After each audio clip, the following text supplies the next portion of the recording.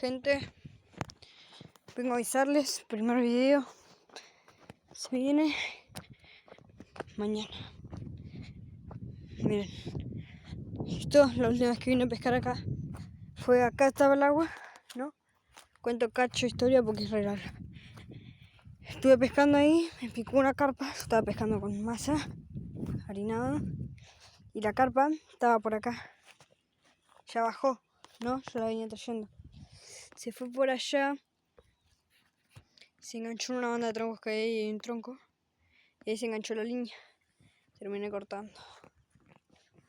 Por mala suerte, terminé cortandísimo.